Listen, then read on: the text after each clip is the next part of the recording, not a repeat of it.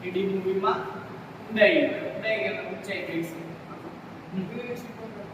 બરોબર, એના for example તમે આ સર્કલ જુઓ.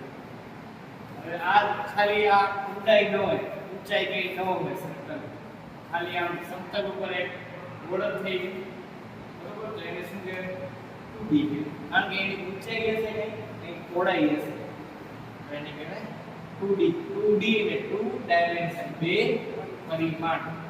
હવે આ સર્કલ ને કંઈક ઊંચાઈ આવી ગઈ, કંઈક ઊંચાઈ આવી ગઈ એટલે કે ટોટલ કેટલા પરિમાણ આવી છે? 3. કંઈક લંબાઈ છે, કંઈક પહોળાઈ છે અને કંઈક ઊંચાઈ છે.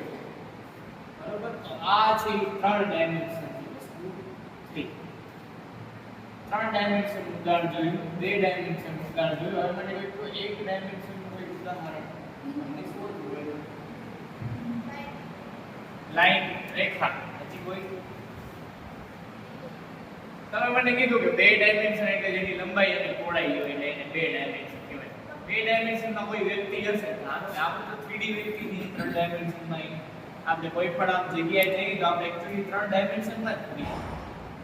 2D માં કોઈ વ્યક્તિ હોય તો એક કાલીમાં આગળ દિશે, આ સાઈડમાં દિશે, આ લંબાઈ, આ પહોળાઈ, ઉપરની દિશે, ઊંચાઈની દિશે.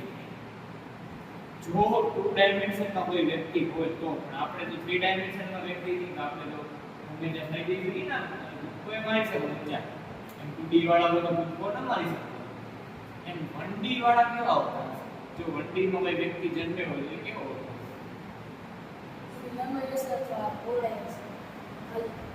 લંબાઈ હશે અથવા પહોળાઈ હશે, બેમાંથી કોઈ એક હશે. બરોબર, કાંઈ સીધી રેખામાં તો આમ જ હાલ્યા હશે, આમ નહીં જઈ શકે, આમ નહીં જઈ શકે. તો આમ રસ્તા એક જ રસ્તો છે એના માટે સીધો. તો આમ સીધો, આમ સીધો, આમ સીધો, ઓન્લી સ્ટ્રેટ લાઈન. એટલે જે વસ્તુ તમને આમ સ્ટ્રેટ લાઈન જેવી દેખાતી એને તમે કહી શકો કેટલા ડાયમેન્શન? એક ડાયમેન્શન. કાંઈ એની પહોળાઈ હશે, કાંઈ એની લંબાઈ હશે, રાઈટ? આ ઉપરથી અંદર એક છે 1 dimension. What is 1D? 1 dimension. અને એક્ચ્યુઅલી માં 1D ને તમે જોઈ પણ શકો કે ન જોઈ શકો? બોલો, મને કોઈ ઉદાહરણ આપો 1D નું. રેખા પૂર્ણ બોલે 2D. રેખા તો લંબાઈ હોય ને રેખાને, એક લેન્થ હોય રેખા. કામ ઉપર ઊભી રેખા હોય કે ત્રાસી રેખા હોય, લંબાઈ હોય કોઈ એક દિશા. તો એ તો એક ડાયમેન્શન, 2 ડાયમેન્શન થઈ 2D થી. લંબાઈ પહોળાઈ પણ લંબાઈ હોય એટલે 1 ડાયમેન્શન થઈ.